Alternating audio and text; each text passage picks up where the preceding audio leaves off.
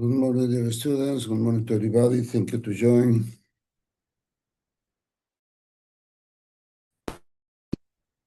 Good morning, Professor.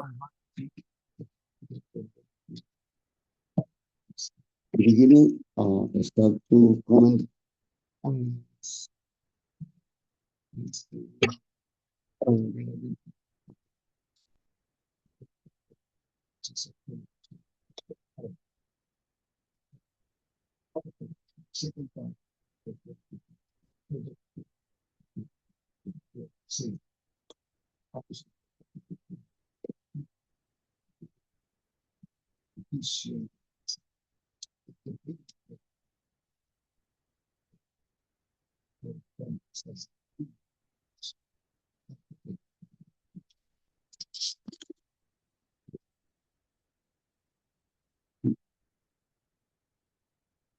Okay.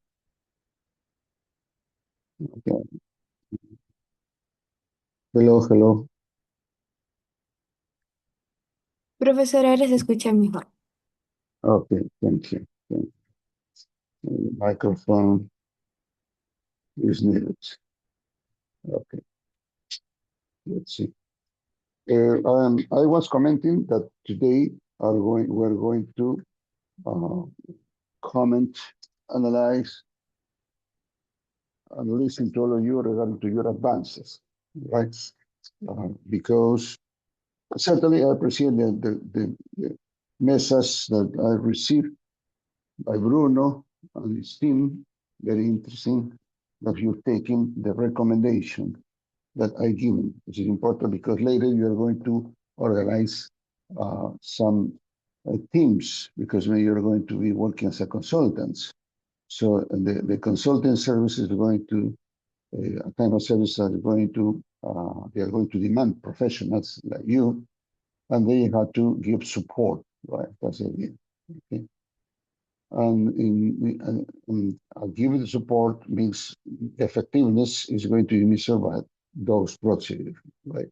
And the idea is to be learning how, which is the mechanism, which is the procedure, which is the style to be integrating teams, certain teams, research teams, research project teams, etc.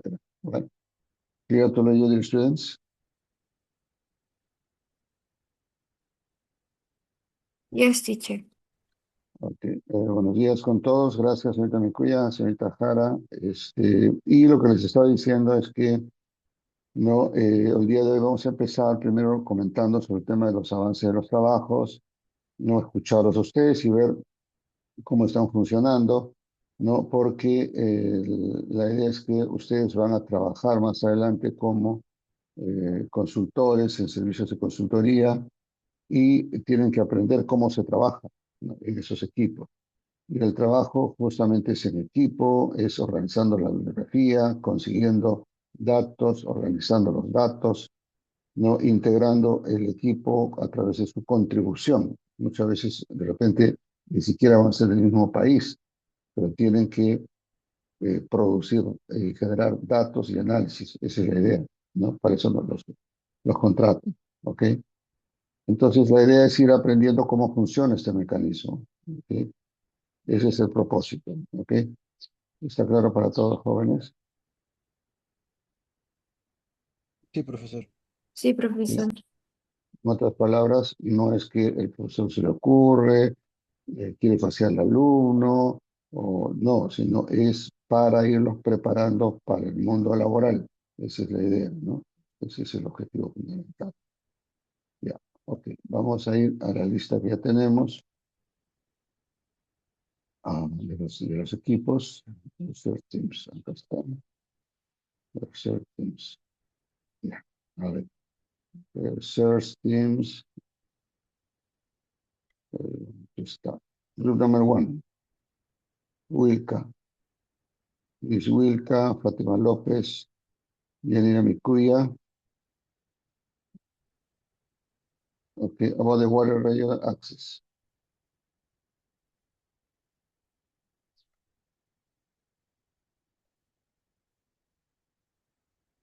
Sí, profesor, buenos días. Bueno, con mi grupo hasta el momento hemos trabajado una parte de la metodología, hasta el método. Nosotros vamos a aplicar dos modelos econométricos, uno que se relacione netamente con lo que es el saneamiento, el sistema de saneamiento del agua en las regiones y otro que es la accesibilidad del agua. Eh, Investigando nos dimos cuenta que las variables que vamos a implementar tanto para el sistema, para el modelo del saneamiento como el sistema del acceso al agua van a ser las mismas, puesto que ambas están estrechamente vinculadas. Por ello es que nosotros vamos a emplear como nuestras variables eh, independientes a la inversión pública de cada región, la tasa de informalidad de las regiones y la tasa de pobreza. Ya, pero en relación al agua, ¿qué datos están incorporando? Ah, sí, me da un momento, Sí, profesor, claro. Bueno, acá lo tengo.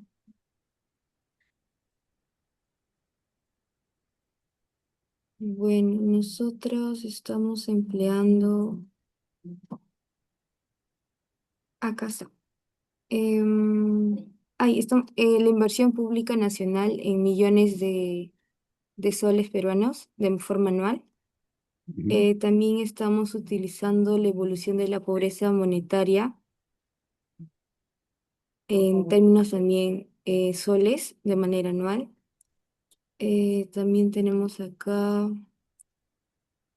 la tasa de informalidad también de forma anual. En el caso de Lima, sí vamos a hacer un doble análisis. O sea, no solo vamos a enfocarnos también en los distritos y vamos a comparar eh, por qué se da la brecha entre entre los distritos, por así decirlo, que tienen a la población con menor nivel socioeconómico con los que sí tienen, ¿no?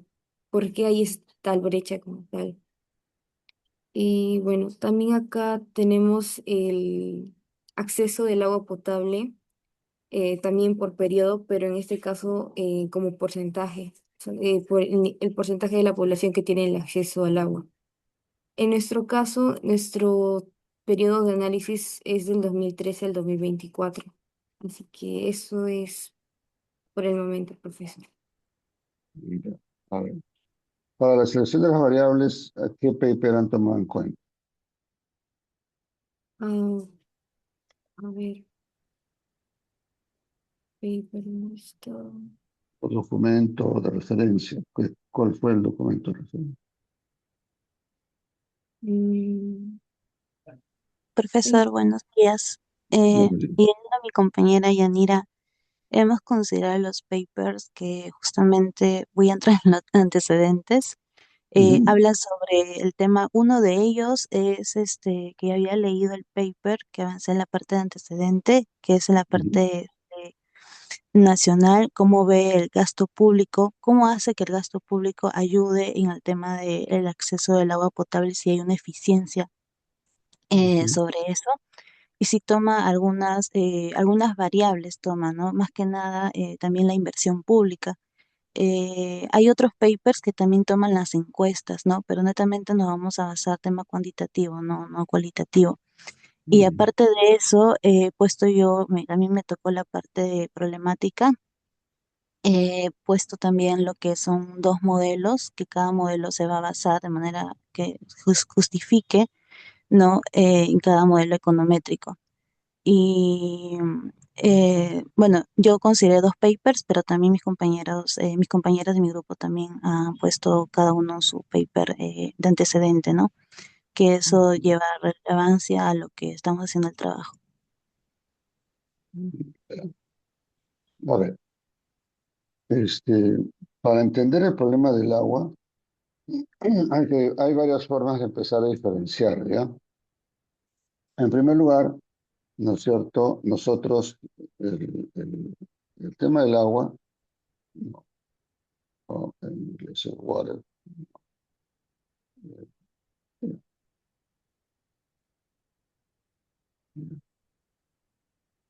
El tema del agua se ha considerada importante porque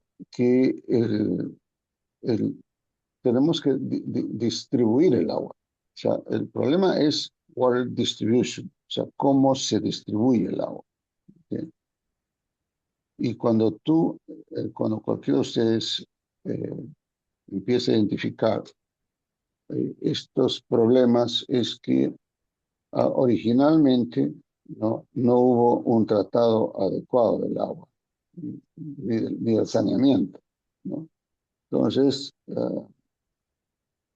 esto obliga a distinguir dos sectores importantes, ¿no? Que es el urbano, el urban sector, y el rural.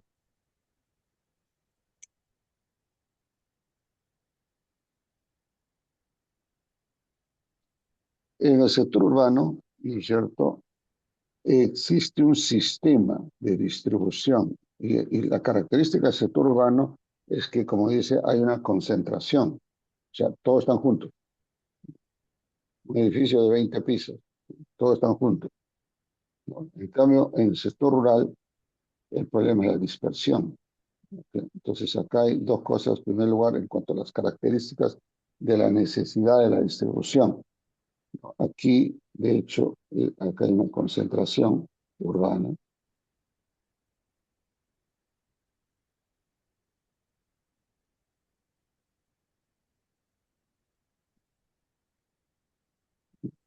Y acá tienes dispersion.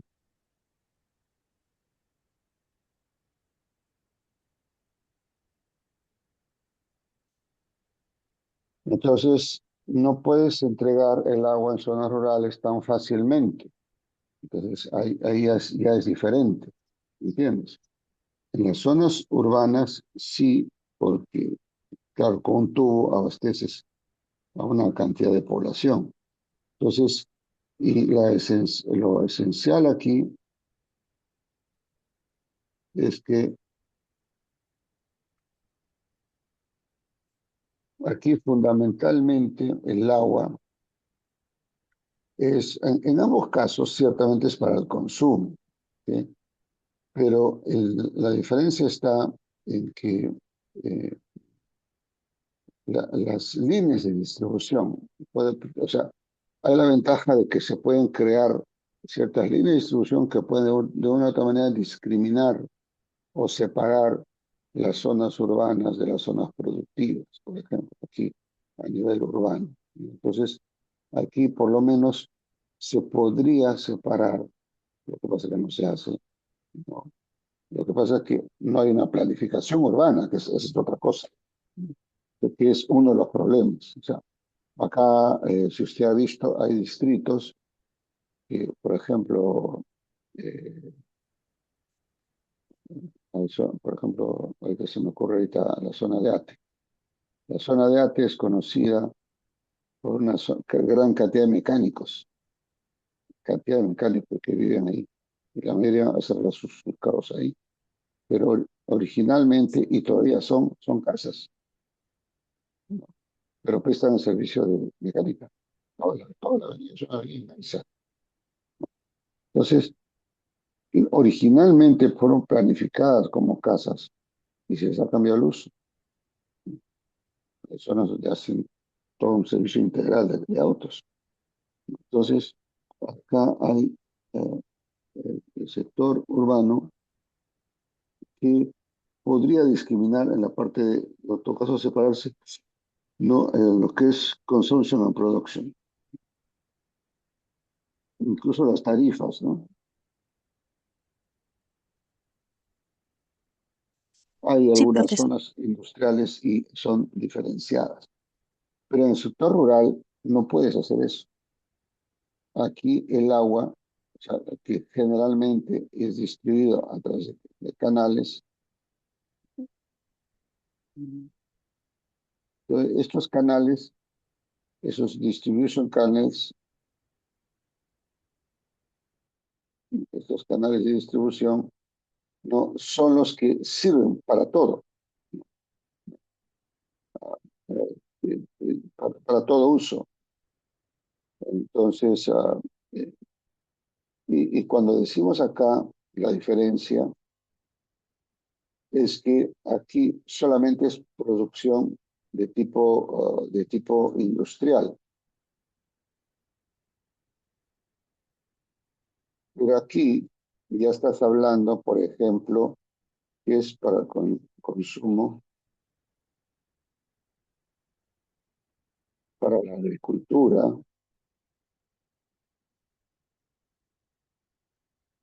y para la ganadería.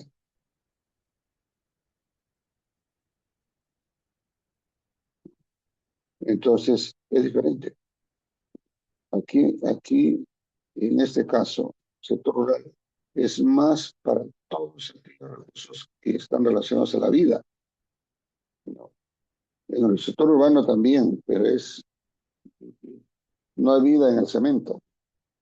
Cemento no hay vida, es facilidad, pero no hay vida, ¿no? En cambio, el sector rural es diferente.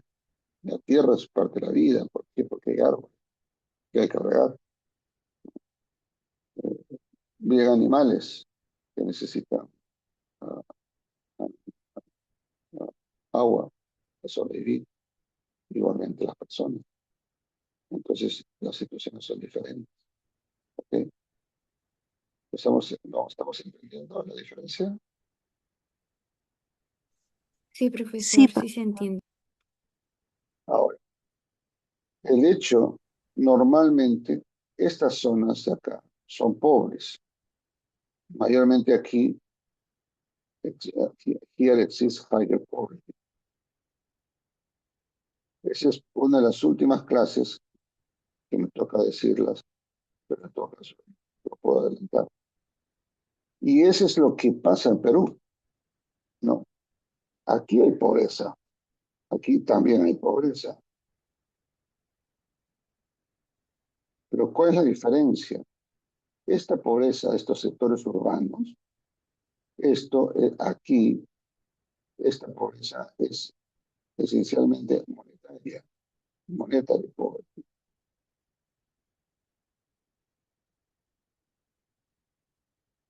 Esto significa gente que no tiene dinero, o sus ingresos son demasiado bajos, ¿no? Para sobrevivir, ¿no? Entonces, y eso los pone en una situación muy difícil, ¿no? Pero aquí esta pobreza es diferente. Esta es la non-poverty, non-poverty. profesor, disculpe, no está Sí. compartiendo pantalla. Ah, disculpe.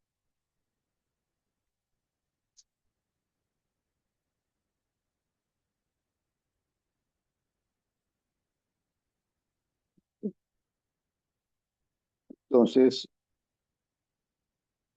aquí el tema hay que separarlo, ¿no? Porque por eso le decía, son dos realidades diferentes, ¿no? El sector urbano, que se caracteriza por la concentración urbana, y el otro que se caracteriza por la dispersión rural. El sector urbano es básicamente consume. Necesita agua, ahorita necesito agua, ya está, consume. Y se acabó, un consumo. Pero en las mañanas el agricultor no necesita el agua exactamente para eso. También la necesita, pero la necesita porque a las 5 de la mañana ha caminado al cerro, y un poco de sed tomará, y luego esa agua la necesita para regar sus plantas y también para distribuir a su ganado. Es para eso. Son dos fines diferentes. Nosotros netamente consumimos y no generamos a través de nuestro consumo los productos alimenticios, no lo generamos. Y eso es lo increíble o hasta injusto del sistema, porque se favorece el consumo urbano, se nos da la facilidad de consumir, pero de contaminarlo, de ensuciarlo, de malograr el agua, y no estamos reciclando el agua o cuidando no contaminarla. La eliminamos y se acabó. Mientras que en el sector rural, no, el agua, todo se recircula. Entonces, ah, lo que quiero decir aquí es que el agua sirve para fines agrícolas. Ah, y este es parte del problema de la pobreza no monetaria. Pero, ¿por qué es más aún el problema de pobreza? Aquí es monetaria. Aquí es monetaria porque la única forma de conseguir las cosas es con dinero. En el sector rural, tú no puedes, o sea, tú puedes decir a alguien, el sector rural, esa gente gana, por decirlo, de repente tú dices 500 soles o 300 soles. Sí, pero esa persona, ¿no? Que así tenga 300 soles, camina 2 kilómetros y va a encontrar mangos tirados en el suelo, plátanos, papa, así no produzca, va a encontrar. En cambio, una persona en una ciudad no tiene plata, ¿y qué hace?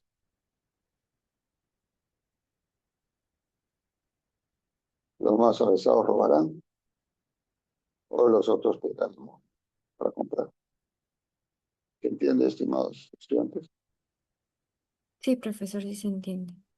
Sí, profesor. Entonces, hay que dimensionar el uso del agua. Ahora, lo que ha generado un problema, que es el conflicto sectorial, es que aquí, y eso es lo que no se entiende, ¿no? Es que todo este sector ahora compite con otro sector. Aquí hay un conflicto, ¿no? Porque parte de esta agua, ¿no?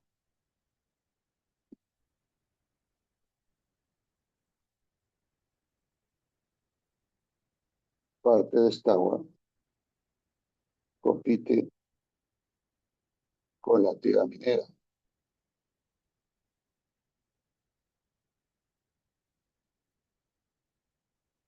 porque la fuente si no son los canales de distribución, son los ríos. Ríos y canales de distribución son las fuentes. Y el problema es que esta actividad no le interesa. Fíjate, extrae y contamina y empieza la polución. Polución que contamina esta, esta, esta, y lo que no nos damos cuenta es que esto también contamina a toda esta población. Y es lo que no se entiende. O sea, muchos dicen sí, que la minería, que el 60% de las exportaciones y todo lo demás. Y eso está muy bonito. Pero ¿cuánto contaminan el agua? Casi todo. Pero alguien puede decir, de repente a mí no me importa porque eso está lejos. No es que te importe o no te importa porque está lejos. Porque igual la única fuente de abastecimiento de agua son los ríos. Y a la medida que estos ríos se sigan contaminando como se está haciendo, esto es el problema por el cual en el mundo urbano aumenta el cáncer, o lo que no te dicen. ¿Entiendes? Ese es el problema. Este finalmente va aumentando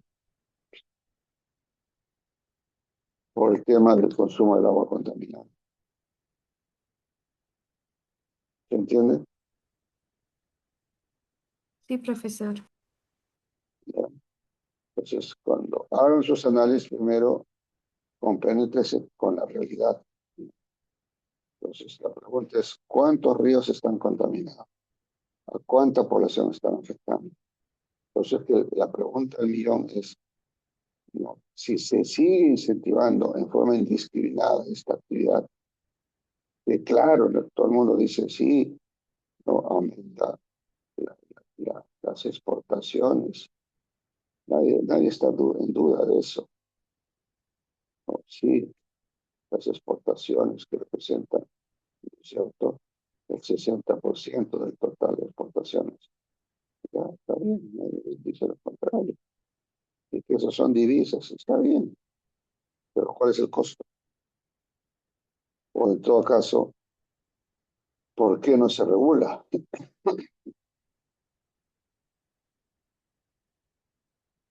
¿Por qué tanto miedo en regular?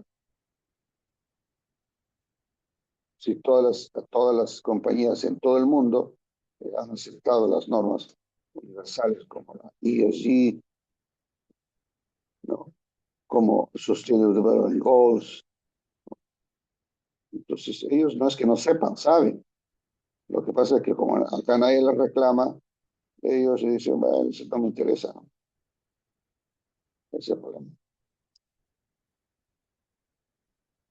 ¿Te das cuenta? Y a eso se añade, ¿no es cierto?, que tenemos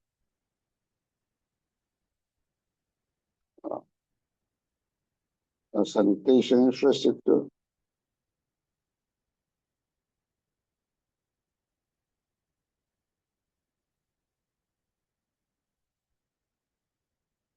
No sé qué nombre ponerle, la verdad. Absurdo, no sé, no sé, poco inteligente.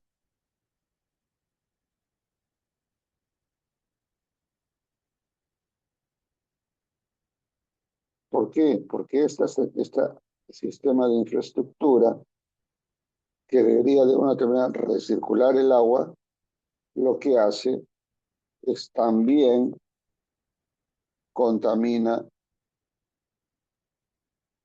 este,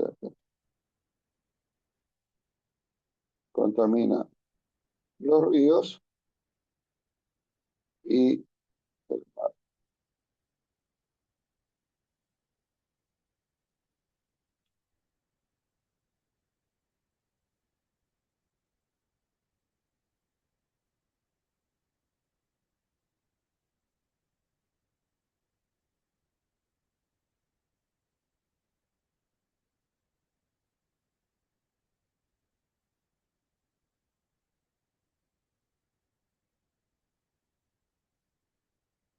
A los ríos y el mar.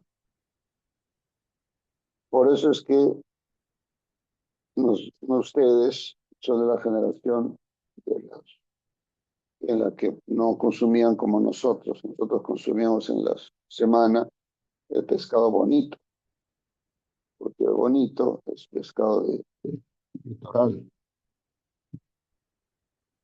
Ahora, por la contaminación, ya no se vende tanto el bonito. Ah, tienen que sacar de alta mar. El pescado por ser más caro. Antes, en mi época, nos íbamos a Barranco, a las playas. Y ahora todavía las playas eran hermosas, con arena, con un sol maravilloso. El agua era azul. Ahora el agua es una porquería. Porque se vota porquería. Yo no sé qué de inteligente tiene ese sistema. La solución que les ha dado es ir a las playas de Asia,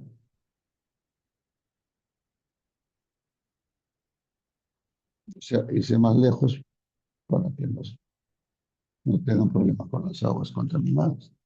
Esa no es la solución es no contaminar. ¿Me entiendes? Sí, profesor. Ya, ese es el problema.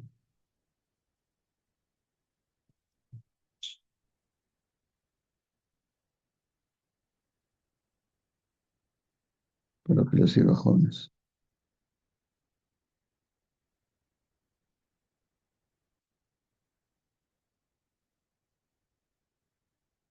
Ok, ah, así que nada, simplemente yo sugiero que pueden revisar, el problema es integral, es grande, pueden separarlo de repente de todo, la complejidad, y empezar a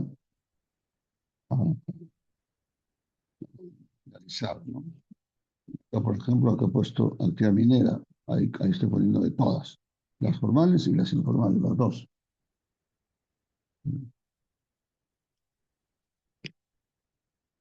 Ok, ¿alguna otra pregunta? No, profesor, gracias. Bien. Profesor, una Sí, pregunta. sí. Eh, Respecto que está avanzando mi problemática y bueno, muy aparte de poner el problema central, las brechas territoriales, también mencioné la infraestructura, la inversión pública, también mencioné acerca de un impacto macroeconómico, o sea, no solamente de manera que es sobre el tema urbano y rurales, sino también que afecte el capital humano, también pues reduce el tema de también a largo plazo el PBI y bueno, todo eso se me ha hecho una extensión un poco grande en las páginas y mi duda era si pues va a haber un límite de páginas ya que pues mi problemática he visto varias fuentes sobre cada punto que le estaba conversando y también mencioné sobre la gestión que hoy está haciendo el país, que habiendo fases, hay proyectos de transvases y cómo Ujú. esos proyectos actualmente no se está dando, ¿no? Entonces, eh, de eso era mi duda, profesor. A ver, el trabajo monográfico, o sea, en general, cuando se redacta, ¿no? La redacción, ¿no? Implica que, primero, una cosa es la presentación final y otra cosa es el borrador. Entonces, lo primero que es desarrollar el borrador. El borrador no tiene límite de página. Lo importante es escribir, ¿ok? Ordenar las ideas y escribir. Después, el tema del ajuste de páginas será al final, ¿no? Pero no antes. O sea, no porque tengo cinco páginas o 3 páginas para el planteamiento, solamente debo ajustar y no. Primero, ¿verdad? Después se ve cuál es la forma más concreta. Esa es otra cosa, ¿no? Así que mi recomendación para todos es que primero escriban, no se preocupen por la extensión. Profesor, pero usted puso 10 páginas. Primero escriban. Sí, ya, yo puse 10 páginas, pero ese es para el documento final, vamos a suponer. O incluso ahí trato de poner un promedio ¿no? Promedio, o sea, para arriba o para abajo, ¿no? Entonces, no se preocupen por eso. El primer, la primera meta es que escriban, ¿ok? Está bien, profesor, gracias. Bien, espero que les haya servido. Bien, vamos con el grupo 2. Judith Flores, Cecilia Arevalo, Nicole Sulca y Salomé Taxa. Sí, profesor. Como le comentábamos, el tema de nuestro trabajo de investigaciones sobre la centralización y también el manejo eficiente del gasto público, ¿no? Específicamente la inversión agrícola, nos estamos enfocando en ese punto.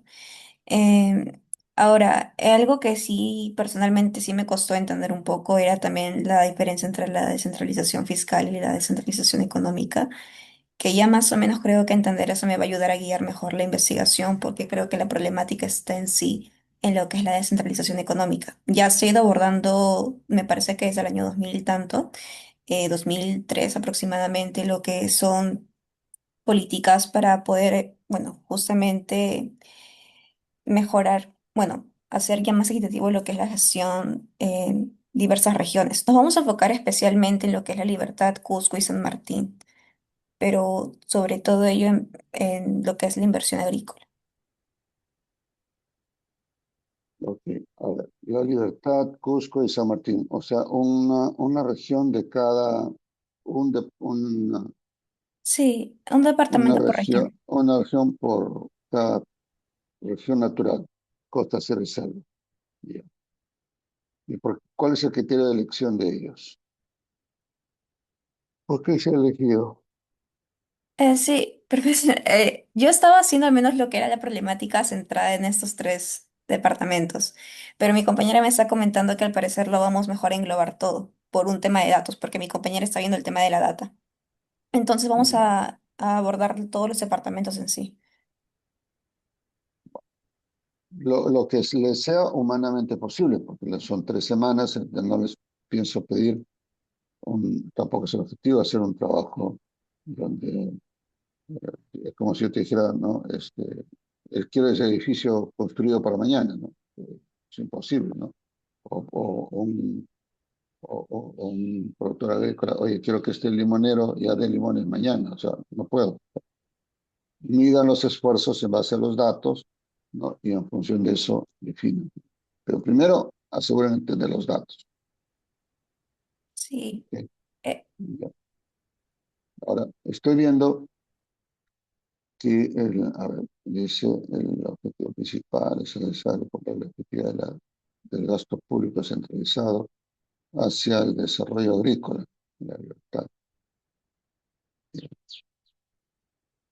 Bueno, a ver, si es este el objetivo, o sea, de qué manera hay inversión para el sector agrícola.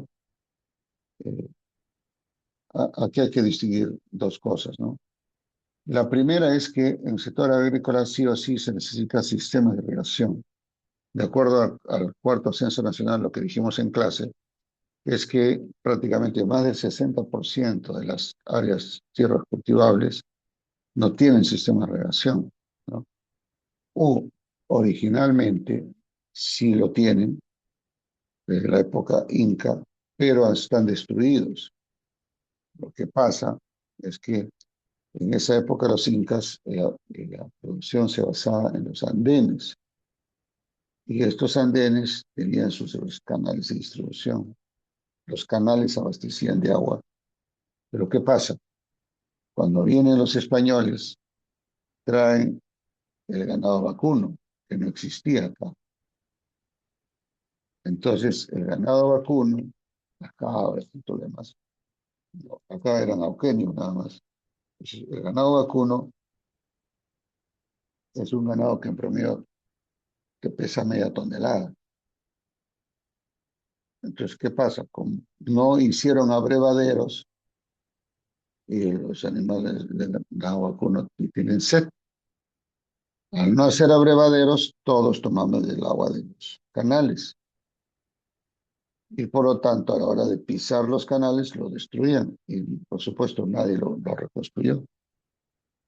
Entonces, no es que los sistemas de distribución inca no sirvan, sino fueron destruidos por el ganado, sobre todo vacuno, lo destruyó. Y nadie se le ocurrió ni siquiera repararlo.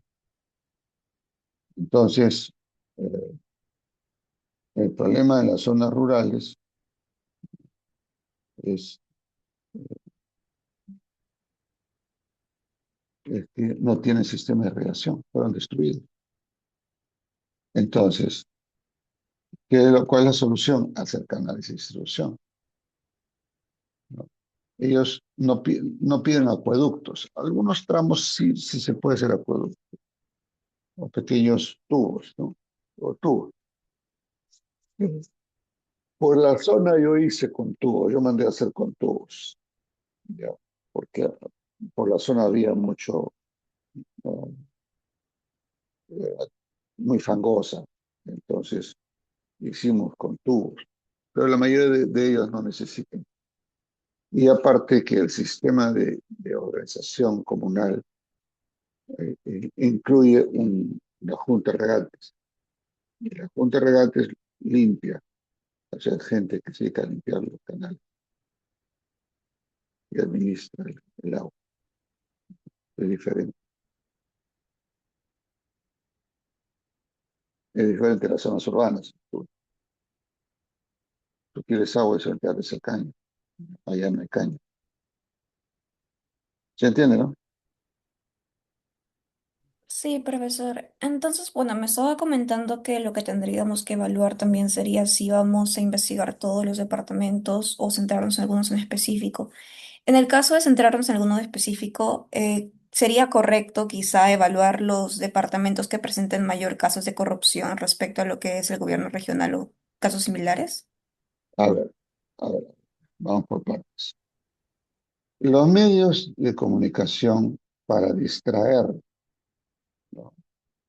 Meten esa palabra corrupción. ¿Ya? Un presidente, por ejemplo, dijo, voy a luchar contra la corrupción y todo el mundo lo aplaudió y lo hizo a propósito para justamente robar. Entonces, la corrupción no es un tema de por sí económico. La palabra corrupción es un tema legal. La corrupción es un delito que tiene que ser probado, por eso que no menciona a nadie. Y es un delito donde ciertas personas buscan su beneficio propio, sobre todo a través del mal uso de los recursos públicos. También hay del sector privado, ¿no? Pero en el caso público sí, porque mayormente son bienes públicos. Ahora bien,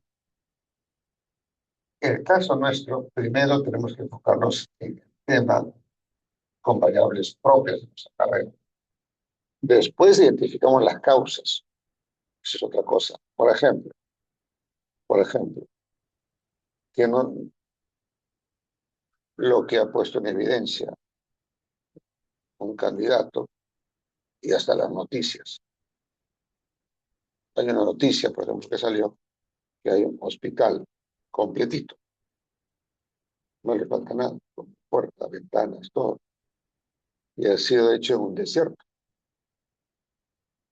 ¿Y por qué no funciona? Porque no tiene agua. No hay ningún solo canal, ni tubo, ni nada de abastecimiento del agua. Entonces la pregunta es, ¿cómo pasó eso? ¿Cómo es que alguien aprobó hacer un hospital en un sitio donde no hay agua? ¿Cómo es que se ha terminado la obra? ¿Y cómo es que los que dicen combaten la corrupción, ninguno se dio cuenta? Que se supone que tienen sus sistemas de control concurrente y que los dice la ley. ¿Qué hicieron? Entonces, por eso muchas veces es más corrupto el que dice que combate la corrupción. Mejor es no decirlo. Entonces, aquí hay toda una tira de todo el sistema está podrido. Y así como eso va a encontrar muchos hospitales. Entonces, si yo soy la entidad que combato la corrupción, lo primero que tengo que priorizar son sectores críticos, más aún si son el sector del Estado. ¿Y cuáles son sectores críticos? Los sistemas hospitalarios y obviamente sistemas de distribución de agua, sobre todo plantas o qué sé yo. Los canales son poco, ahí no tanto, salvo que sean, por ejemplo, canales, como usted dice, ¿no? De trasvase y todo, que son más grandes. Ahí sí, debería estar, pero la pregunta es, ¿por qué? ¿Y cómo es que pasó todo esto? Y, no se dieron cuenta. Y a ellos sí no les cae la sanción, debiendo caerles doble sanción. En primer lugar, porque pasó, y en segundo, porque es su función evitar que pase. Entonces, por eso digo, ese es un tema muy enojoso, donde se abusa de la ignorancia de la gente, de las leyes y todo, así que mejor ese tema dejémoslo a un lado. Ya, eso ya. Vayamos a lo que es concreto. ¿Qué es concreto? Pregunta del millón. A ver, por ejemplo, si hablamos de regiones, ¿cuál es la fuente principal? Porque de eso los que van a decir el canon minero. Muy bien. Entonces, si había plata para el canon minero, ¿cuánto se utilizó para resolver el problema del 70% de la población de esta región rural, que es el agua, el sector rural. ¿Qué se ha hecho? Ay, Dios mío, entonces, eso sí puede pasar. Pues bueno, entonces, ¿de qué manera? Alguien te puede decir, sí, acá hemos invertido 2 millones de soles, ¿no? ¿Y cuántos metros de canal se han construido? ¿O cuántos kilómetros? Por decir, 2 kilómetros. Entonces, ¿cómo vas a construir 2 kilómetros de canal con 50 millones de soles? Si quieres hallar, no corrupción, pero cierto, datos que puedan alimentar, que también eso debería hacerlo el ente que dice que hace el lucha contra la corrupción, que ni lo menciono porque ni siquiera merece mencionarse.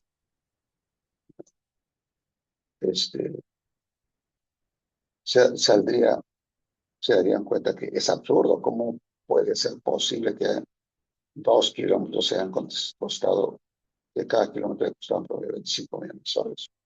Cuando eso no cuesta ni 100.000 soles.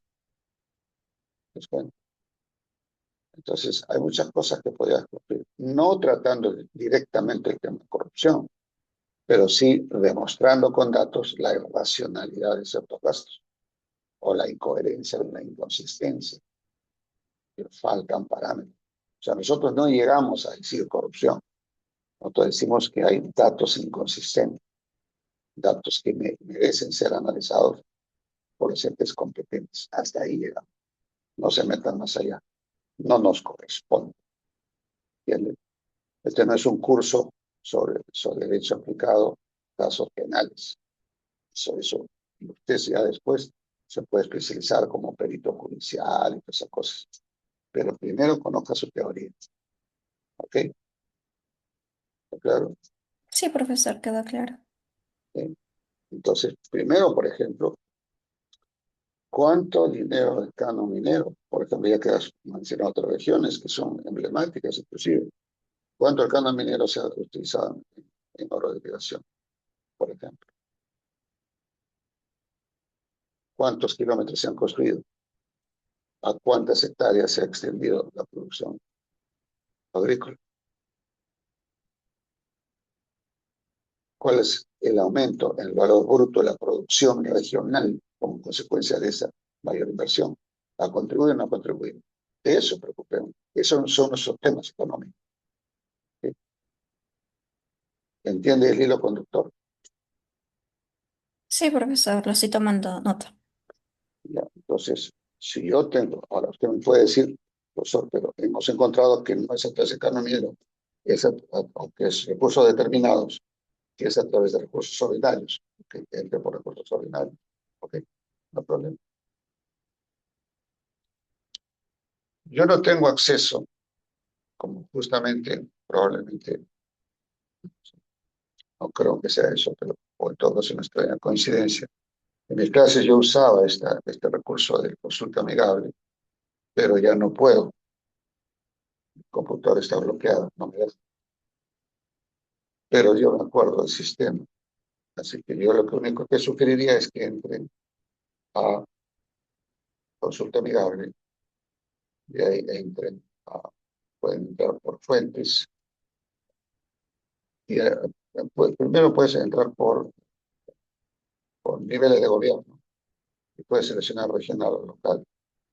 Entonces puedes seleccionar, por decir, los tres, nacional, regional y local. Y por cada uno lo vas separando. Es decir, nacional, ¿no? Y ahí tú puedes poner, después que seleccionas el nacional, pones fuente. Y de fuente te vas a, este, por ejemplo, recursos determinados. Y recursos determinados buscas por categoría presupuestal. Y ahí está la partida de obras de inversión, por la 42, creo que es. Entonces buscas y ahí están. Pones ahí y te aparecen todos los proyectos. Y te aparece cuál es el grado de ejecución.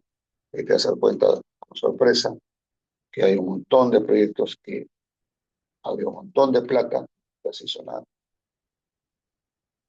Y nadie dice nada, por supuesto. Nadie. los entes que luchan contra la corrupción, los entes que luchan contra la pobreza, ninguno protestó, ninguno dijo, solamente cobraron su sueldo en los ministerios de Desarrollo e Inclusión Social, pero ni siquiera realizaron esas cifras. O los ministerios que dicen que luchan contra la pobreza de la mujer, qué sé yo. Entonces, ni ningún ente supervisor realizó. Bueno, entonces, pues, ¿de qué sirven esas instituciones? Sí, debieron revisar en orden, nunca revisar. La plata estaba, pues eso no vas a encontrar eso. Por ejemplo, eso es un hallazgo, dinero que no fue asignado. Entonces, ¿eso qué demuestra? La falta de efectividad del gasto público. Hasta ahí no me llegamos. Habiendo tantos millones, no se culpa. Por eso hay pobres. Y ese se llama pobreza no monetaria. O sea, la pobreza no monetaria es la pobreza porque no tengo la infraestructura básica. Y esa es la diferencia entre descentralización fiscal y descentralización económica. La descentralización fiscal, su objetivo fundamental es dar lo básico. Punto. Agua, luz. Si tengo agua, si tengo luz, si tengo educación, si tengo salud, puedo trabajar, puedo crear. Primero. Entonces, pero si no tengo, ¿qué puedo hacer? Pero lo más grave no es eso, que no tengo, porque habiendo, no se construye. Eso es lo más grave. Eso sí son indicios reales de una verdadera de la guerra de países, que es que nadie hace nada, pues que debieran hacer desde los más altos niveles, más niveles personales y militares. Ahí lo reorientan a gastos inútiles, a gastos que no corresponden. Ese es el problema. ¿Me entiende ahora sí?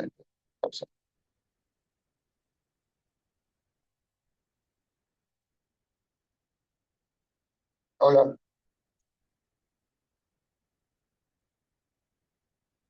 Sí, profesor, sí se comprendió.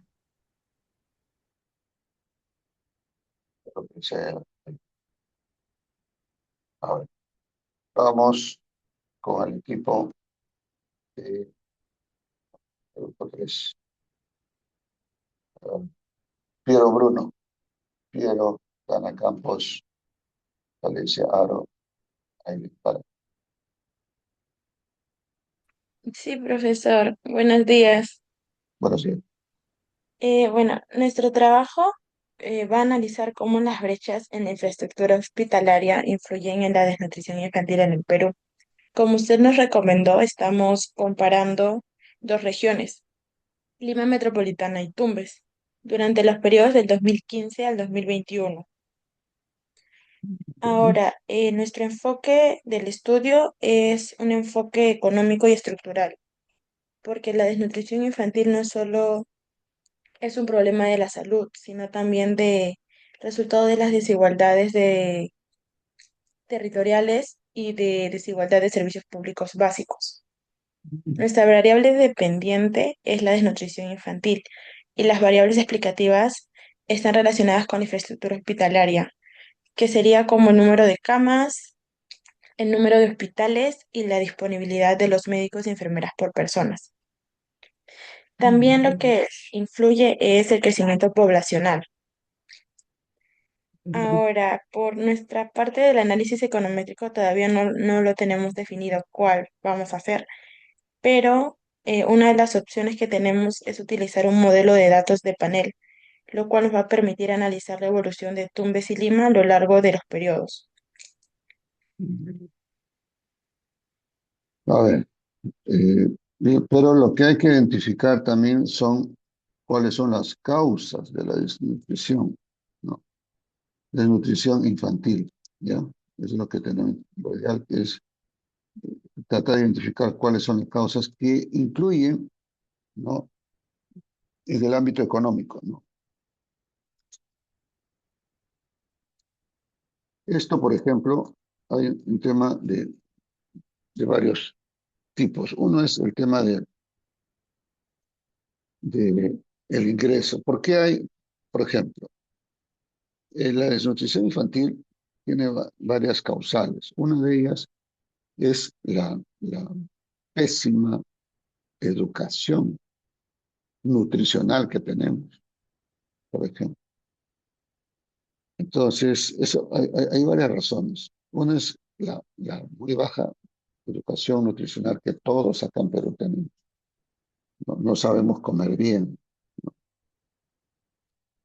Pero el otro punto, desde el punto de vista económico, ya está, es otra razón importante, ¿no?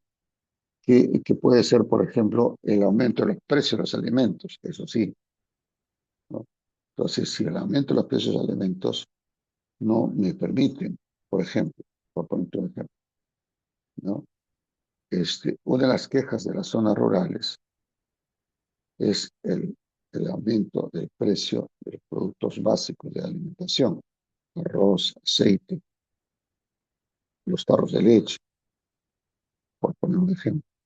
Bueno, que ya ni siquiera leche es, bueno, pero por lo menos aceite, arroz, azúcar, ¿no?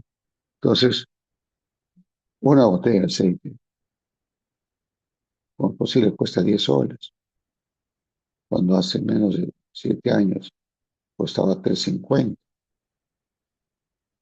Pero usted puede decir que tiene que ver eso con 10 soles, no es gran cosa, como que no es gran cosa.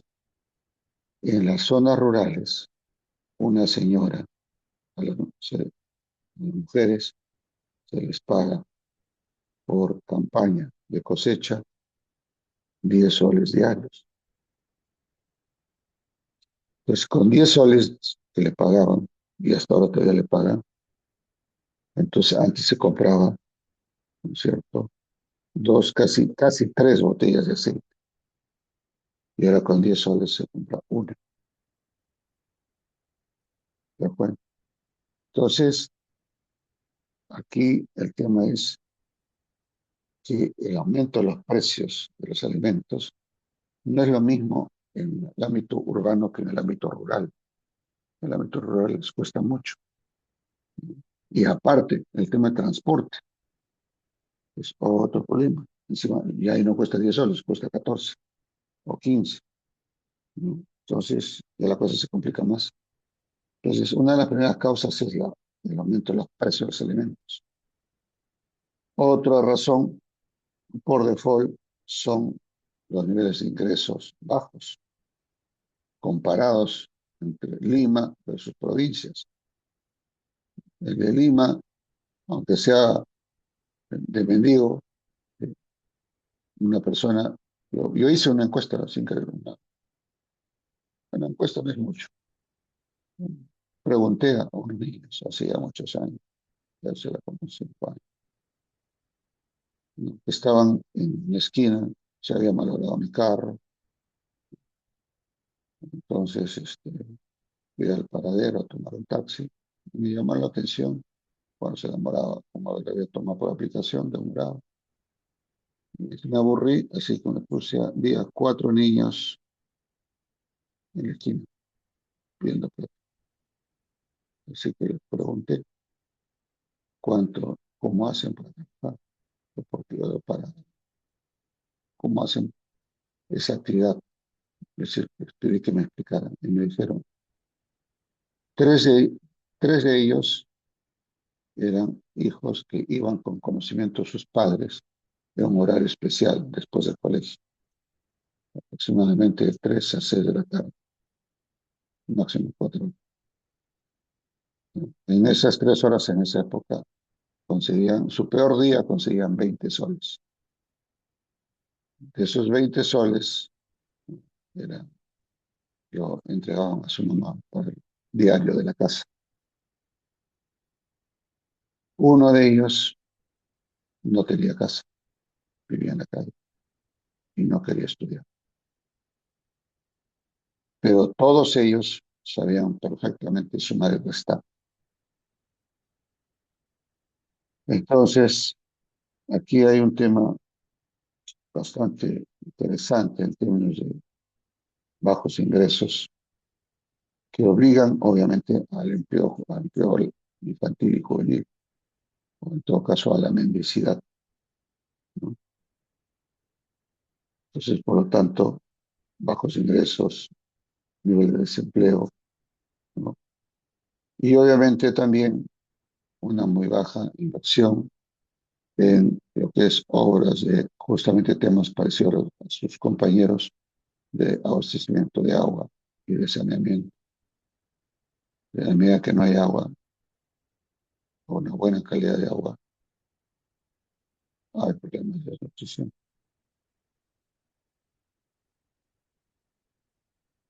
O no hay servicio de saneamiento. Por ejemplo, ustedes han visitado el distrito de Belén en Iquitos, No. No, profesor. ya. Es una porquería esa zona. Es una pena que esos niños,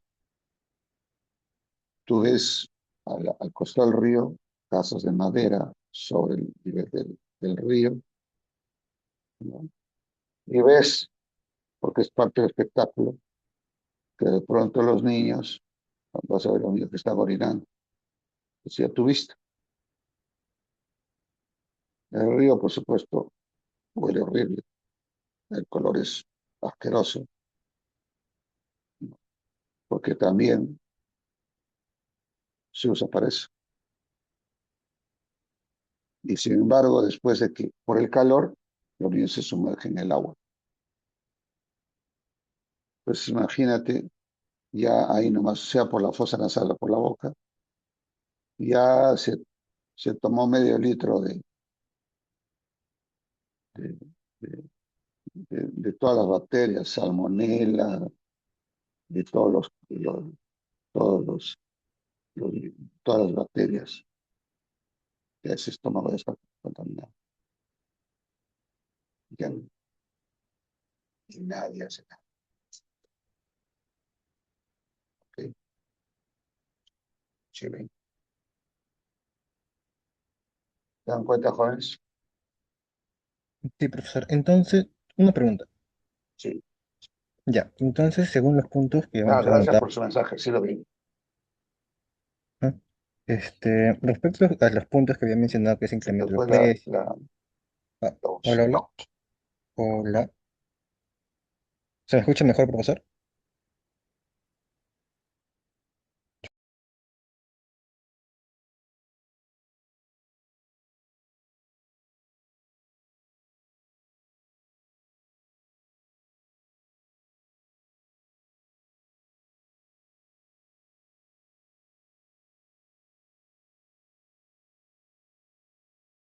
Hola, mm, profesor. Sí se te escucha, Hola. Piero. Sí se te Ah, escucha. ya. Dale, dale. El profesor sí está, ¿no? Porque me cambié de dispositivo.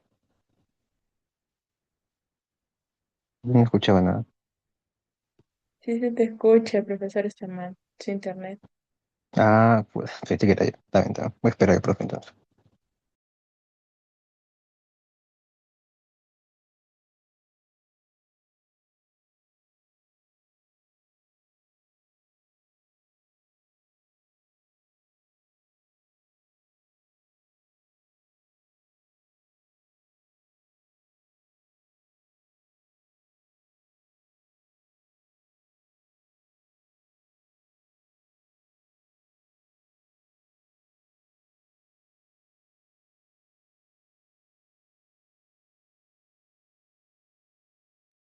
Hola, hola. ¿Se me escucha?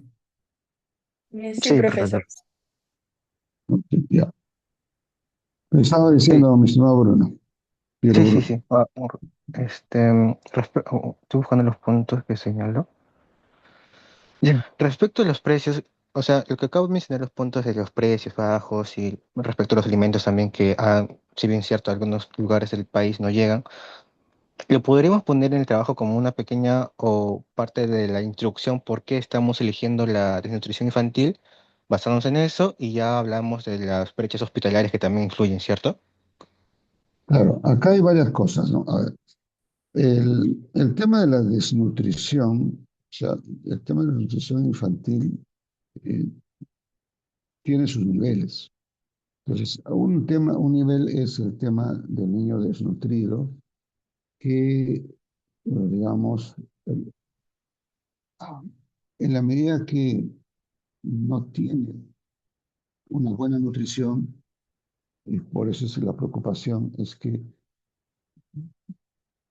y eso pasa también en familias con dinero, por si acaso, y por eso es que la recomendación, paréntesis, es que todos ustedes, cuando ya tomen la decisión de casarse, formar matrimonio, no sé, o una relación con hijos, lo primero que tienen que ver es educarse sobre nutricionalmente, qué es lo mejor nutricionalmente para garantizar la educación de sus hijos. Entonces, ¿por qué? Porque hay gente que tiene dinero pero no sabe, o tiene ya malos hábitos de alimento. Yo conozco gente que tiene dinero pero come inadecuadamente, puede comer comidas deliciosas, ricas, todo el día, pero nutricionalmente no contribuye. Entonces, ¿cuál es el efecto en el tiempo? Y esa es la preocupación de la desnutrición. El niño pasado los 5 años, si ha tenido una desnutrición permanente, el cerebro no va a desarrollar. Eso quiere decir que ese niño va a tener problemas, no solamente motores, con las dificultades, sino lo más importante es que el cerebro no se ha desarrollado. Y al no desarrollarse el cerebro suficientemente, no va a tener la capacidad para abstraerse, ya no entiende. Ustedes son universitarios, todos ustedes, eso ya es un indicador.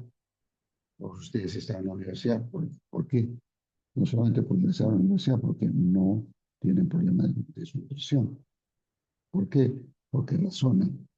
El razonamiento abstracto es, es la cualidad fundamental de una persona no desnutrida, que no lo puede ser una persona con desnutrición. La persona con desnutrición tiene limitaciones, ya no puede razonar, ya su cerebro no se ha desarrollado. Hay cosas que no entiende. No estoy hablando de problemas de conducta, hiperactividad y todo lo demás. No, estoy hablando de no tiene la capacidad de abstracción. Eso es diferente. De ahí no sé hasta qué punto va con el tema estrictamente hospitalario, ¿no? Ahora, sí hay campañas, lo que podría de repente es evaluar. Inclusive hay un programa que ya creo que lo han eliminado, no sé dónde lo han integrado, porque la categoría presupuestal, si mal no recuerdo, la 001, y no la 002, pero el 001 se llamaba el programa PAN, que es programa ah, de alimentación nutricional, PAN, programa de alimentación. Era un programa exclusivo para ayudar a combatir la desnutrición. Pero es un programa que es una vergüenza, porque como lo dije en una de mis clases, que de repente por eso ya me han censurado, ¿cómo era posible que un programa gaste, por decir, 100 millones, y de esos 100 millones, prácticamente 97 millones eran personal, gastos, servicios, y 3 millones eran para bienes y servicios para la población? Entonces, eso es crear una burocracia absurda, ¿no? Entonces, pues yo digo, o sea, todavía no entiendo bien cómo entra el tema de la infraestructura hospitalaria. Más aún que el problema de la infraestructura hospitalaria, ya te lo dije, son 3 niveles. Alta complejidad, nivel 3, mediana complejidad, nivel 2 y baja complejidad, nivel 1. Entonces, lo que sí es para obtener datos es nivel 1, es muy importante, porque en las postas, pues las postas sirven para orientación y para conseguir datos. Eso, para eso sí sirve. Entonces, por ahí podría servirte, ¿no? Entonces, pero el tema hospitalario, honestamente, todavía no. No habíamos hablado con el grupo como que hay desnutrición, pero no hay como que hospitales o postas que puedan brindar servicios para, no sé, digamos, de una forma de atención, ¿no? Atención a la madre, a la atención al pequeño, por eso es que la desnutrición sigue avanzando. No nos estamos apegando mucho a la parte de alimentos, o que también falla el transporte que no llega. Nos estamos esperando que hay desnutrición, siga avanzando, pero, como no hay la infraestructura hospitalaria, no hay quien vea o quien pueda, ¿cómo se llama?, ayudar a la madre, ¿no? Como, no sé, ayudar a su hijo de cierta forma, ¿no? Al servicio. Nos estamos como que dirigiendo, ¿no? A esa parte. No nos estamos metiendo tan dentro de la parte de nutrición, solamente es como que una variable de, hay nutrición, sigue habiendo, no baja, aumenta en todo caso, pero y además de eso, no hay hospitales o crecen hospitales o puestos que puedan ayudar a la nutrición a que bajen, ¿no? A eso nos como que estamos intentando llevar el trabajo. Pero tendrías que para eso este, asegurarte en función del rol del Ministerio de Salud. Ujú. Lo que tú dices está bien, pero tienes que asegurarte cuál es el rol del MINSA en este programa que está haciendo, ¿no? Entonces, acá estoy buscando, y claro, acá está justo el programa articulado nutricional, la partida 001. Hay una partida, y es el MINSA, que se llama Ujú. Programa de Nutrición Crónica. Pero tú lo que tienes que buscar es, más que la infraestructura hospitalaria, analizar el rol de este programa, articulado nutricional, porque Ok, esos son dinero exclusivo que administra el sector salud para ese fin. Y hay un CENAM, que es el Centro Nacional de Alimentación, Nutrición y Vida Saludable. Entonces, pues yo ya me acordaba algo de eso, y ahorita lo puedo aplicar, si hay, te das cuenta. Y el gran problema justamente es eso, ¿no?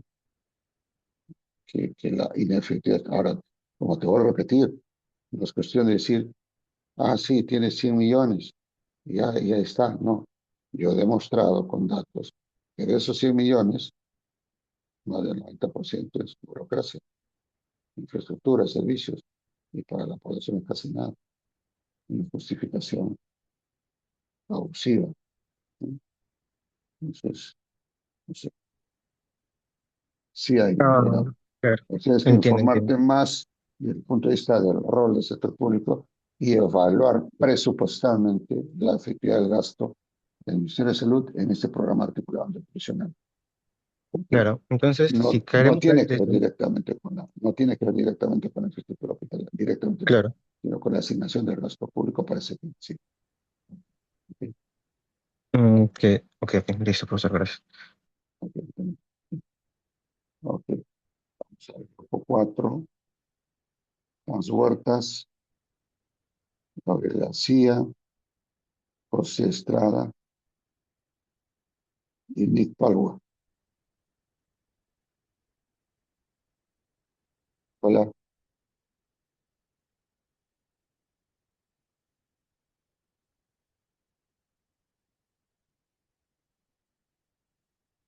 Estrada, García, Huertas y Palwa.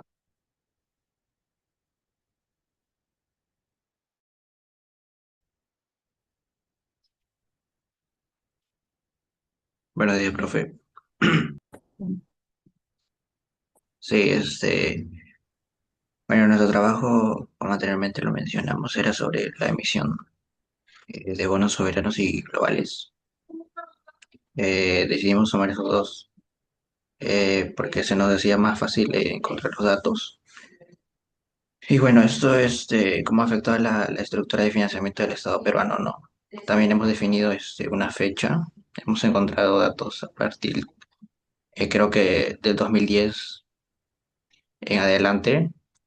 Ujú, Eh, Bueno, hemos partido de lo que viene siendo el manejo de la deuda pública. ujú, Para ello, bueno, ahí, pero un ratito. ujú,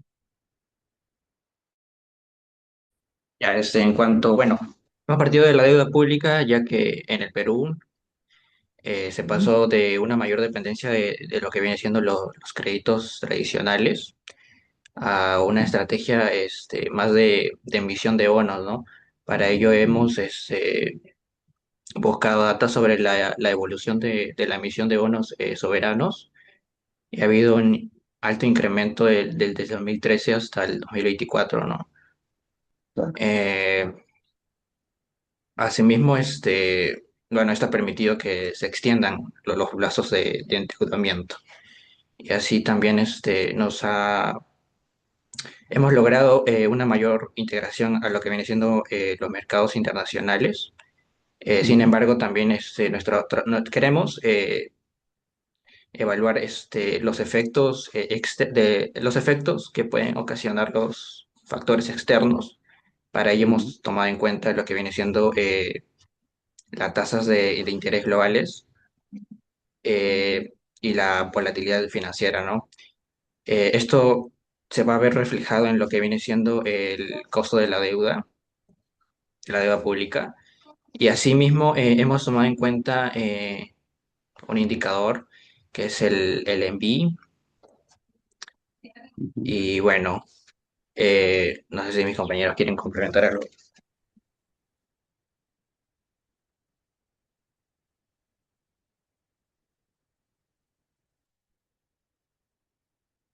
Algo,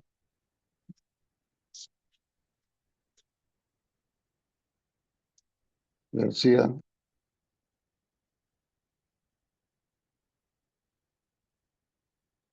bueno,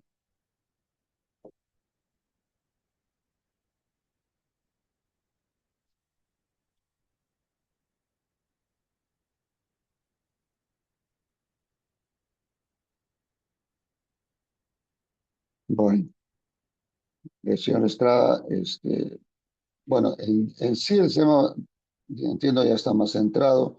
Entiendo que están consiguiendo datos, ¿no? Para sustentar, ¿no? El tema de la tasa de interés. ¿Qué tasa de interés van a tomar en cuenta? La LIBOR, otra tasa.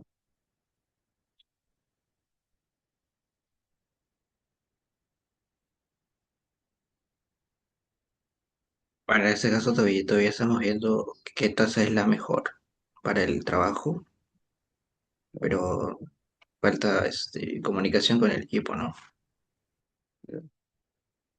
Sí, así veo. Bueno, este, bueno, como dije, tenemos que dar correctivos, ¿no? Si el grupo va a sobrevivir, ¿quiénes son con base en quiénes? Entonces, eso lo tenemos que ver ya prácticamente a la brevedad. Martes ya tenemos que tener definido eso. Ya. El trabajo parece interesante, hay que colectar datos, empezar a graficar, ¿no? Conseguir datos también del tipo de bonos, cuál es la madurez de los bonos, debe ser probablemente a 30 años o más, hay uno de 100 años, por ejemplo. Entonces, ¿cuál es la emisión y el costo? ¿Cuál es el cupón? Entonces, hay datos que habría que conseguir de las emisiones, ¿no? Depende, o sea, cuál es el alcance que van a desarrollar.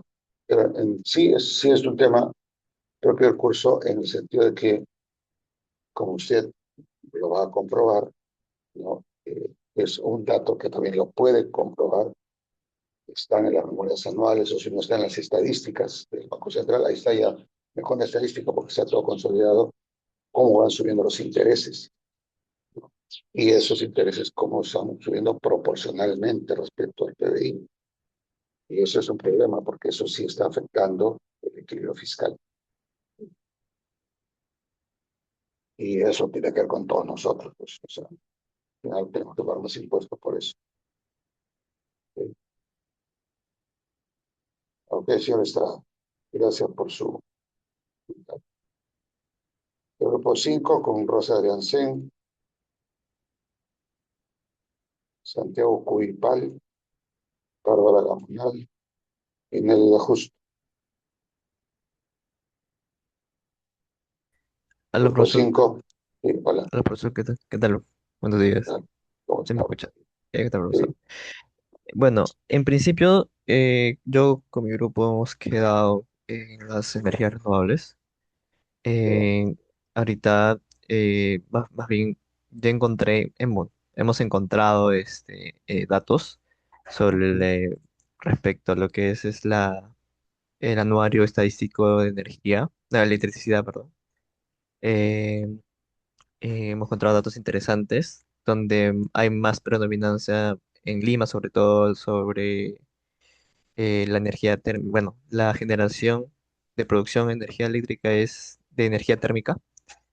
Ujú, También, bueno, en menor proporción también encontramos la energía hidráulica, ujú, pero si nos vamos en diferentes regiones del país, vemos que hay una heterogeneidad de producción eléctrica donde, ujú, bueno, por ejemplo, donde las regiones que más resaltan es en Huancavelica, por ejemplo, la hidráulica y la térmica. No hay, digamos, predominación ni de energía solar ni eólica.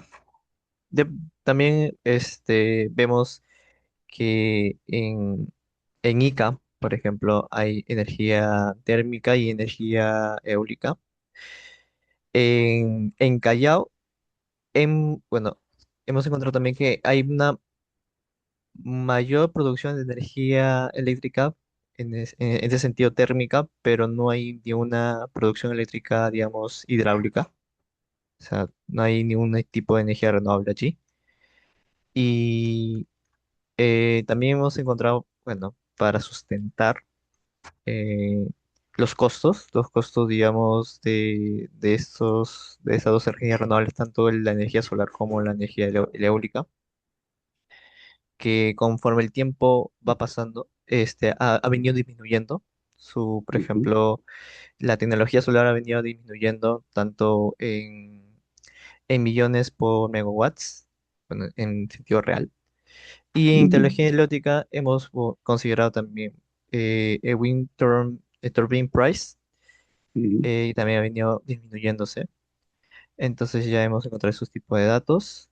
También hay una consultoría que es del Deloitte, también que ha hecho un objetivo de estudio, ujú, donde em, se enfoca en los principales regiones donde tiene mayor potencial eólico y solar.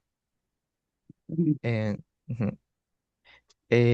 Toda esa información, digamos, estamos recolectando por ahora. Y bueno, Mira, lo que me has dicho está interesante porque ya es una descripción del contexto. Pues yo te ujú, sugiero, a ver, términos que debes empezar a analizar, ¿no? Es la matriz energética. Pero la matriz energética es cómo está compuesta las diferentes fuentes de energía que usan un determinado país. Entonces, la fuente energética principalmente se ha basado en temas de combustible fósil, petróleo, ¿no? E hidroeléctricas, ¿no? Las no renovables, ¿no? Son recientes, pero están creciendo a una velocidad muy grande. Entonces, hoy en día, y sobre todo, que muchas de ellas son convenientes para el Perú por las zonas geográficas que tenemos, que son zonas altoandinas, donde puede haber tema de radiación solar en algunas zonas, no en todas, pero en algunas sí, ¿no? O también las zonas de selva. Entonces, claro, el problema de selva, sobre todo para casos de paneles solares, es lo ecológico, el tema de la deforestación. Eso sí es un costo ambiental. En zonas desérticas de costa no es problema, como el caso de Paracas o el mismo Arequipa, ¿no?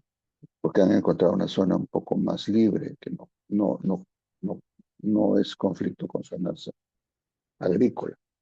Entonces, sí, hay eso que tenía que desarrollar. A ver, un momentito, por favor.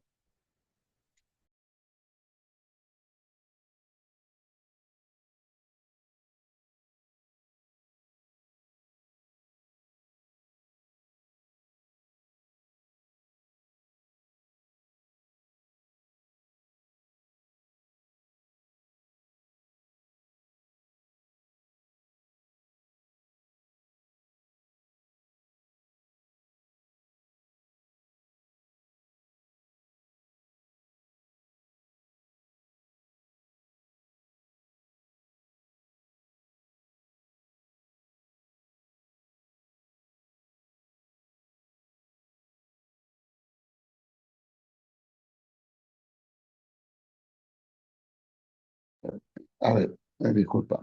Entonces, como diagnóstico general, ¿no? Yo te sugeriría, trata de revisar algunos informes. Siempre no te olvides estos temas, y eso también para todos, buscar temas, o sea, esto tiene que ver con mercados prospectivos, ¿ya? Entonces, todo siempre hoy en día, nosotros tenemos que tomar decisiones a nivel prospectivo. Vale decir, hay información de tendencias a futuro, ¿no? Entonces, la tendencia a futuro es que es un problema el consumo de la energía fósil, porque está generando todos estos cambios climáticos que ya estamos viviendo y que ya está generando el famoso derretimiento de los glaciares y el aumento de la temperatura. Entonces, hay una necesidad de un cambio urgente de la matriz energética. Ese es el punto. Entonces, la pregunta es, Perú, ante eso, ¿qué está haciendo? Y sobre todo en zonas críticas y vulnerables.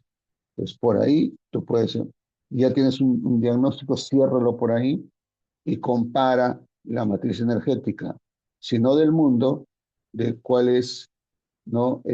Con relación a otros países, cómo están avanzando, ¿no? Por ejemplo, Brasil no usa petróleo, ellos usan etanol, por ejemplo, ¿no? Y así, Mm. Sí, ¿te das cuenta? en realidad en países de Europa, por ejemplo, en España, lo que es su matriz energética renovables pasa más del 60%. Eh, en, todavía no he averiguado en partes de Sudamérica, todavía eso me falta averiguar, ¿no? Lo que sí estoy viendo es de que hay una asociación peruana de energías renovables, que es el DCPR, que Ujú, están comenzando a hacer proyectos en diferentes ujú. zonas del país. Ay, También estoy viendo el portal de COES, ujú, eh, que, digamos, no todos están, digamos, no todas las empresas que están allí están en el COES, pero ujú, dentro del anuario de estadística de electricidad, ahí están todos. Entonces, me ujú, voy a basar tanto en el COES y también tanto con el anuario estadístico del MINEM. ujú. Ya. Está bien. En Ujú. todo caso, también Deloitte tiene también análisis prospectivos. Busca Sí. los análisis prospectivos de Deloitte respecto de la energía, ¿no? ¿Qué metas hay? ¿Qué compromisos hay internacionales, ¿no? Entonces, para un poco ir forzando. Ahora, por ejemplo, te pongo una para cerrar, ¿no? Este, una de las cosas mira, son cosas elementales, ¿ya? Si tú miras la estructura del Ministerio de Energía y Minas, no hay un área específica de todo esto en renovables. Imagínate, no hay. Ujú. Entonces, Sí, ¿cómo van a aprobar proyectos si ni siquiera están en un área especializada en el top de la entidad? Mira, esas son las cosas donde ustedes como profesionales, ahí estás haciendo Peruvian Economy, porque te das cuenta que estamos viendo en un sistema donde el sistema no se está adaptando a los cambios y donde uno tiene que generar esos cambios. ¿Me entiendes? ¿Cómo es posible que hablamos de energía renovable y no hay solamente una oficina principal prioritaria? Debería estar como top. Yo lo pondría como top, como área especial. No hay. Mira, te y, invito a que y- mira el ujú. organigrama. Sí, eso fue lo más interesante que vi. Solamente hay una empresa privada que se encarga de eso, digamos, de adjuntar todos esos datos. Entonces, es privado, no hay público. Ahí te das cuenta por qué estamos como estamos. ¿Entiendes? Y ahí uno se da cuenta qué es lo que tiene que hacer. Ya te empiezas a posicionar. Y ahí, sea de la carrera que seas, ahí encuentras tu espacio y ahí empiezan a hacer los cambios para construir mejor este país.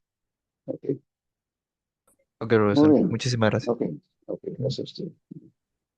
Bien, estamos con el grupo de José Álvarez, eh, Elkin Guamán, Walter Palomino y Ángela Soto. Ya no nos queda mucho tiempo, pero a ver, ¿cómo vamos?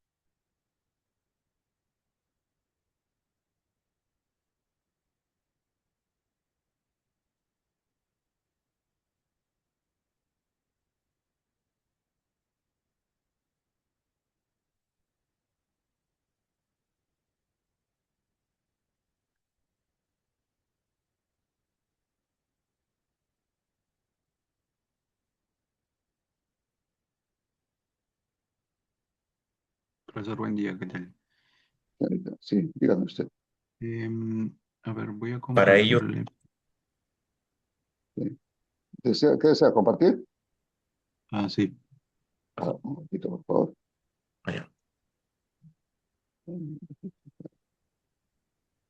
Diga, diga. A ver.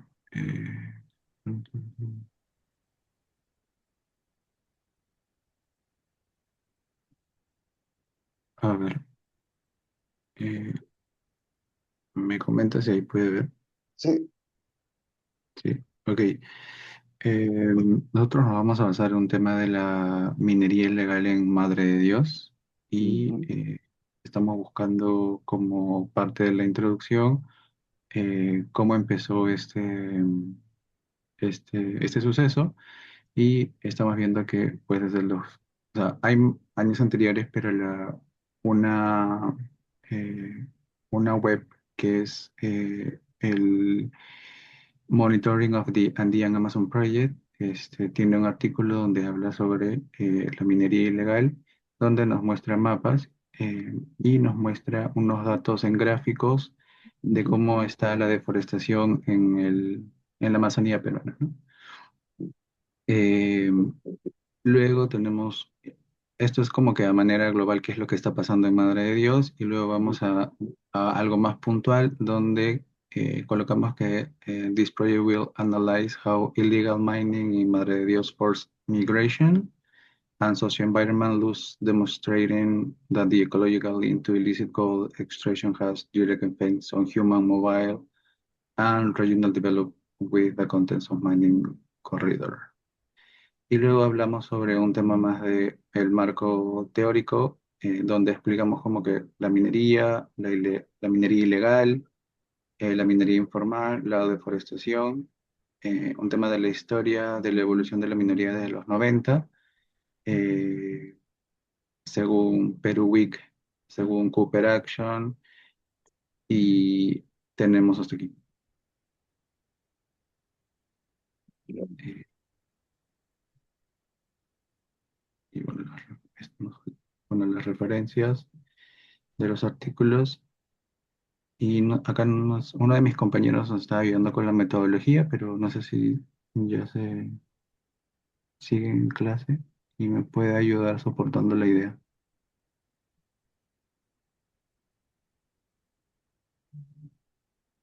Trata de, ya, entonces tratemos de integrar, ya tienes un poco la unidad de medida en el tiempo, trata de mostrar en el tiempo cómo está aumentando la deforestación, ¿ya?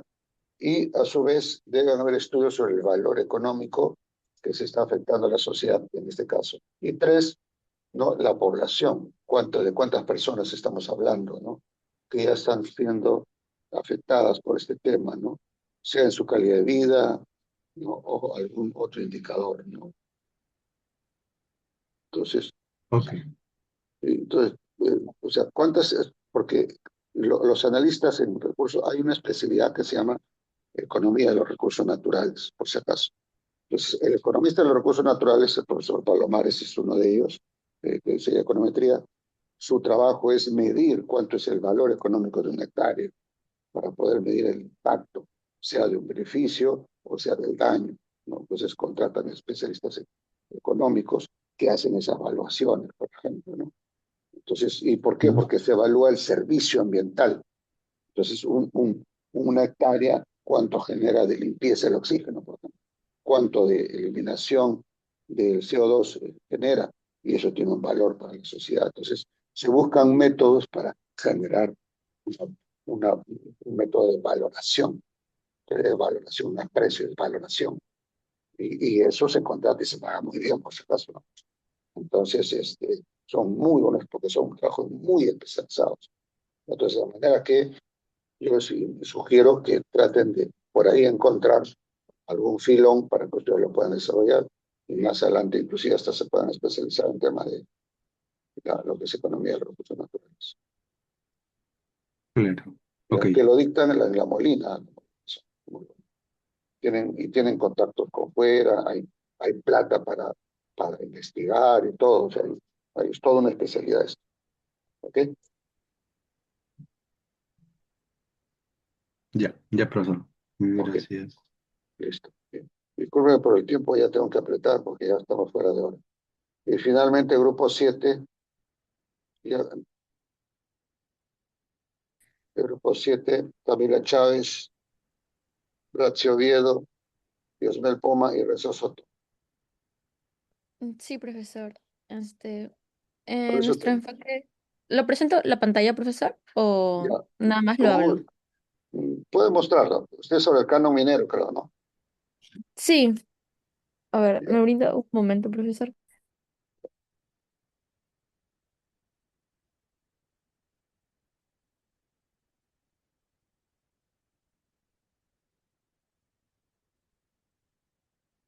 algo, pues ya tengo el otro curso, así que.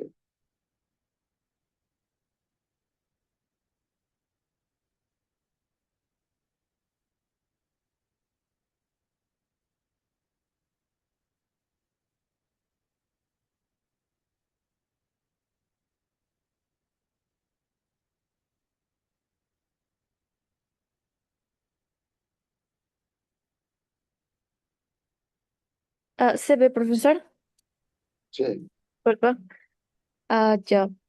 Bueno, iniciamos dando el contexto del canon minero en Perú. Hemos utilizado la data del MEF, el Banco Central del Perú, y también resaltamos con gráficos em, la diferencia entre Moquegua y Lambayeque sobre el acceso al agua y a la sanación. Eh, luego continuamos con varios papers. Está mi compañera, este, Camila, para que pueda explicar su parte también. Am,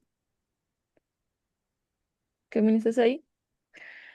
Ok, básicamente, profesor, nuestro enfoque es económico y estructural y no evaluamos en sí, pues, la minería, sino que estamos viendo la eficacia del canon como, pues, un mecanismo de gasto público para cerrar estas brechas, ¿no? Em, el canon vendría siendo nuestro input y los outputs son los que evaluamos como el acceso al agua, que los medimos con la INEI y también la INCORE. Am, y bueno, el canal que estamos viendo es primero el canon minero, luego la inversión pública regional y los accesos a los servicios básicos. No analizamos de manera específica, sino como resultado final del gasto. Estamos comparando Moquegua, que recibe altos montos, y con Lambayeque, que recibe pues muy poco por canon, ¿no? Para ver si una mayor disponibilidad de recursos o sea, nos da efectivamente mejores outputs. Y queremos ver si existe una desalineación entre el nivel de recursos y pues los resultados obtenidos, ¿no?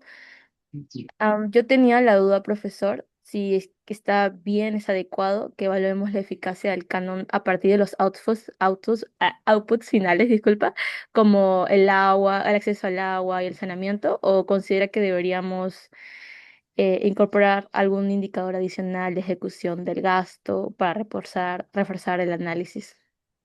toda esta información lo que tienes que hacer es entrar a consulta amigable y a partir de ahí identificar qué categorías presupuestales están asociadas a esos programas.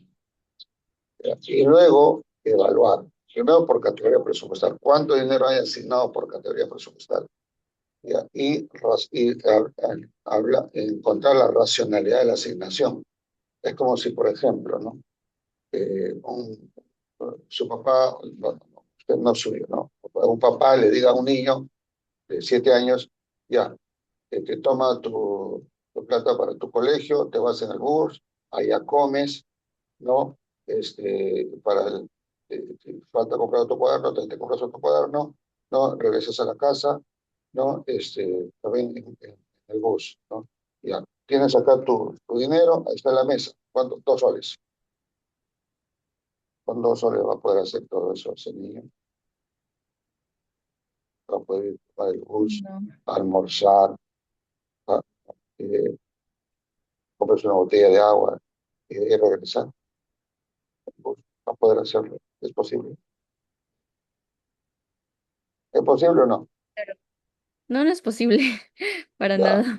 ya, ya. Esa barrabasada lo hace el Ministerio de Economía y Finanzas. Ok, entonces entramos a Cuando consulta pone amigable. proyectos o categorías presupuestales y asigna, he visto hasta 1.000 soles, 5.000 soles por programas nacionales.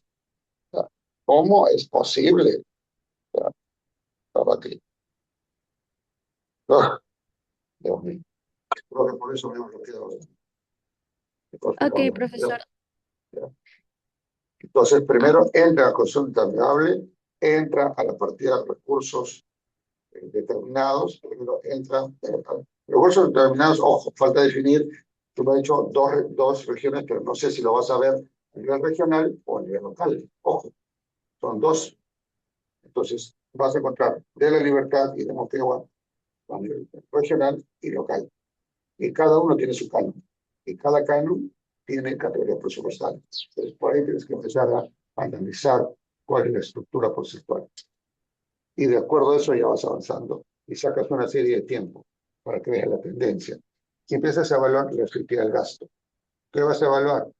Cómo es que había plata, lo que igualito que el otro caso de tu compañero, del grupo 2, que había plata, pues nunca se hizo nada. ¿Sí? ¿Está claro, jóvenes? Sí, profesor, una pregunta. Para no Dígame. dispersarnos, ¿prefiere que lo hagamos por función de saneamiento en general o que identifiquemos y analicemos dos o tres categorías presupuestales específicos dentro del saneamiento? Es que vas a tener que hacerlo por lo segundo, porque si no, no vas a poder obtener datos.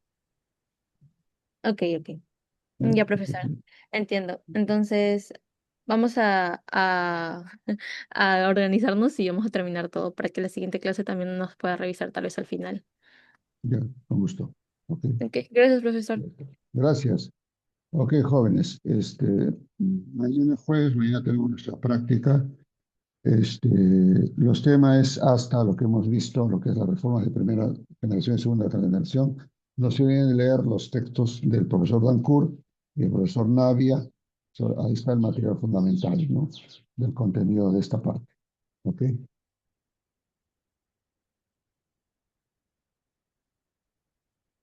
Ok, Está bien, profesor. profe. Muchas gracias. Gracias. Ok, jóvenes, muchas gracias. Buen día a todos. Hasta Nos luego. vemos mañana. Gracias. Muy Hasta luego, interesante lo que profesor. acaban de decir. Gracias. Estoy satisfecho. Muchas gracias por los avances. Muy bien. Gracias. Buen día a todos.